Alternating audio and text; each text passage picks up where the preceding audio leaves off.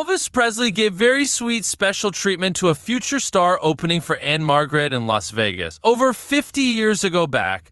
In the early 1970s, both Elvis Presley and his Viva Las Vegas company star Ann-Margret had iconic residencies at Sin City's International Hotel.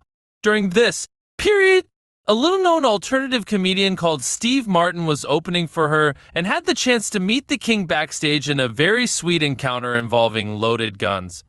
The comic legend, who recounts the story in his new Apple TV Plus documentary STEVE, remembered how Elvis had come to see the show and came backstage to Ann-Margret and Martin's dressing rooms. The king was slender, dressed all in white and wearing his giant gold diamond-encrusted belt. This is the one that he wore to meet President Nixon, and fans can actually handle for themselves in a very important person experience.coming.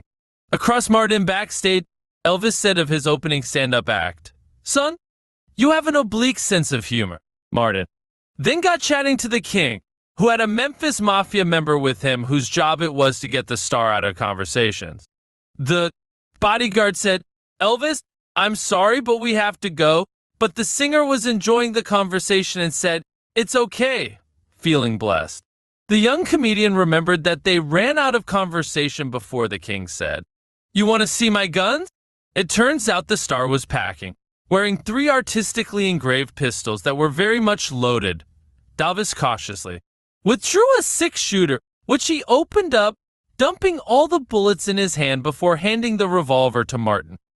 The king then took out another gun and did the same thing, before pulling out a Derringer from his sock and unloading its barrels too.